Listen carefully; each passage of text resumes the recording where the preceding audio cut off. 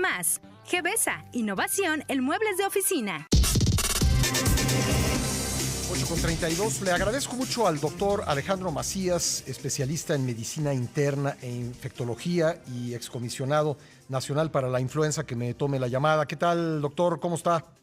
Bien, Pascal, buenos días. Gusto saludarte a ti y a tu auditorio. Gracias por estar con nosotros. Bueno, pues una pregunta muy directa. ¿Por qué regresó el sarampión después de 20 años a la Ciudad de México? Seguramente es por las tasas de vacunación que han caído. El sarampión no perdona.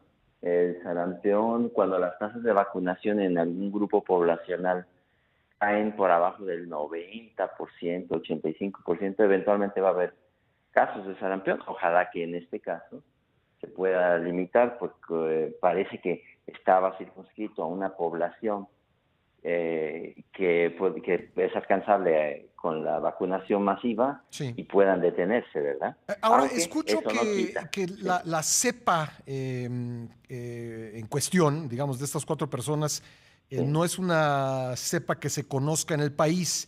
Y yo le preguntaría si pues hay vacunas específicas por cepas en el caso del sarampión. No. Es la misma vacuna. Lo que pasa es que cepa se refiere más bien a los clades de los virus, o sea, cómo se van diferenciando, sí, aunque en este caso la vacuna es eficaz para todos. Lo que ellos dicen, lo que dicen las autoridades de salud, es que muy probablemente el origen no fue autóctono en México, sino que de alguna manera vino de algún paciente del extranjero, lo cual en ese momento tiene poca implicación, porque evidentemente lo que señala con la facilidad que se contrae es que debe haber una tasa de vacunación relativamente baja. O sea, ahí sí no hay duda. Aunque haya venido del extranjero, si la gente está vacunada, pues no contrae el sarampión. Así es. La mejor defensa contra el sarampión es tener una población vacunada. No tiene nada que ver con fronteras o con controles en puertos de entrada. O sea, la población vacunada, sí, no le pasa nada. La siguiente pregunta entonces es ¿por qué hay gente no vacunada? ¿Se debe a malas prácticas por parte de padres de familia respecto de sus hijos? ¿Se trata de la ausencia de campañas de información? ¿Se trata de desabasto de vacunas? ¿Cuál podría ser la razón, doctor? Pues yo creo que es múltiple. De luego se puede atribuir alguna causa a los padres, pero yo creo que eso es lo menos probable. México es un país de vacunación.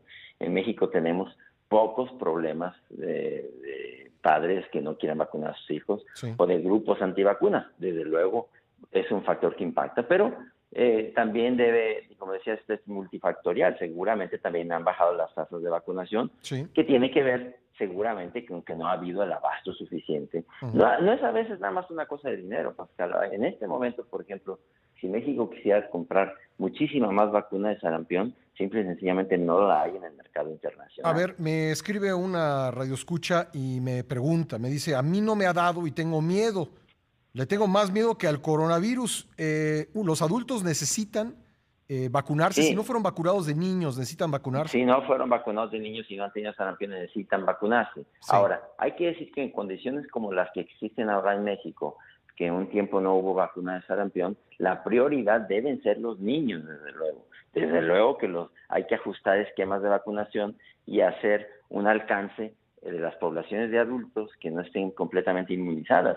Pero en estos momentos la prioridad deben ser los niños, completar todos los esquemas de vacunación de los niños menores de 5 años de edad y de ahí paulatinamente ir a otros grupos de población, porque seguramente están faltando en otros grupos. Bueno, entonces, ante la duda de si uno fue vacunado de niño, hay que vacunarse. Hay que vacunarse, sí. El problema es que ahorita no hay vacunación, por ejemplo, en los centros privados. No es nada más de que la gente quiera pagar la vacuna. Ha faltado la vacuna en los centros privados de vacunación también. Y en este momento, la única vacuna existente, hasta donde yo he visto con mis compañeros médicos, es prácticamente la vacuna que tiene el Estado, el gobierno, que también en estos momentos no es muy abundante, que digamos. ¿Que viene de dónde? ¿De dónde trae? Es la triple, ¿verdad? Sí, es la sarampión, rubiola, paperas. Sí. Paperas. ¿La traemos de dónde, esa vacuna?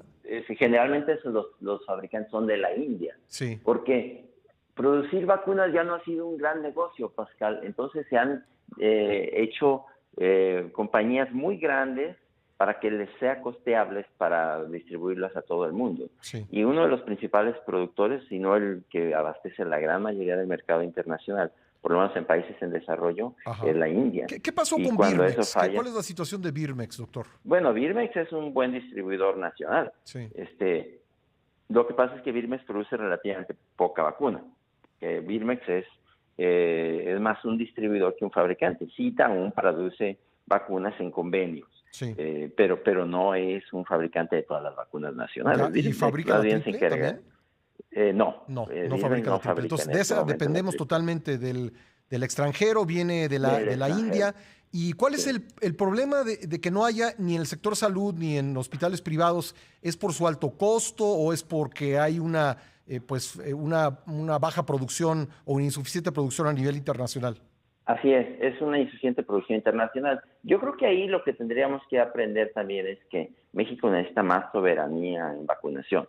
México, a veces añoramos un poco las épocas en las que México era más soberano en la producción de vacunas. Sí. Lo que pasa es que se ponían menos vacunas. Sí, claro. ¿Verdad? Ahora que los esquemas son mucho más amplios, pues México sí tendría que tratar de tener un poco más de soberanía. No se logra de la noche a la mañana. Claro.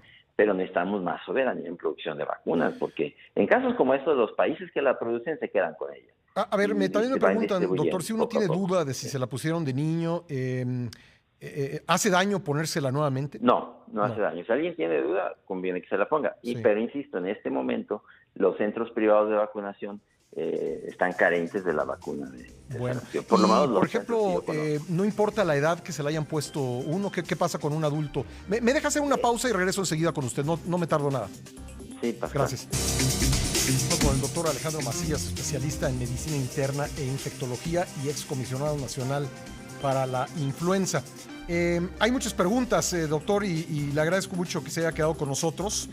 Entonces, pues nos quedamos, entre otras preguntas, en que más vale ponerse la vacuna ante duda, no hay problema si uno ya se la puso de niño y se la vuelve a poner, el problema es que no hay vacunas. Y también yo le preguntaba, porque así me lo preguntaban, es que si importa mucho a qué edad se la puso uno. Por ejemplo, una persona, vamos a decir, que ya cumplió 50 años y se la puso de niño, ¿tendría que volvérsela a poner? No. Una persona que está inmunizada desde la infancia ya tiene mucho riesgo. Sí es verdad que la inmunidad va declinando con el tiempo, sí. Pero en términos generales, si ya sufrió sarampión de niño o si ya está vacunado de niño, ya no es necesario ponérsela de adulto. De acuerdo. Hay quien recomienda revacunaciones después de los 40 años, pero insisto, si ya están vacunados de niños, el riesgo ya es muy bajo. Bueno, pero tampoco hace daño en caso de que encuentren la vacuna y se la puedan poner, ¿no? No, quien tenga duda de si se vacunó o no, lo mejor es que se lo ponga. El riesgo de la vacuna es tan bajo que el riesgo de tener sarampión con mucho excede. Hay que recordar que el sarampión es una enfermedad grave en una buena proporción de los que la sufren. ¿Más grave en adultos que en niños? Sí, en adultos es mucho peor. Sí. En niños es mala, pero en adultos es mucho peor. El adulto sufre cuadros más prolongados y más graves. Entonces, a mí me dio varicela una vez, doctor, y no se lo deseo a nadie, ¿eh? No. De adulto. De hecho, también eso, los que no hayan tenido varicela y puedan pagar la vacuna, puesto que entonces esa no está en el esquema nacional, que la paguen, porque sufrir eso de adultos lo puede poner a uno a mal traer por un buen tiempo. Pues es correcto, así fui testigo. Pues doctor, le agradezco mucho que haya estado con nosotros esta mañana. A ustedes, Pascal. Qué amable, gracias. El doctor Alejandro Macías, excomisionado nacional para la influenza.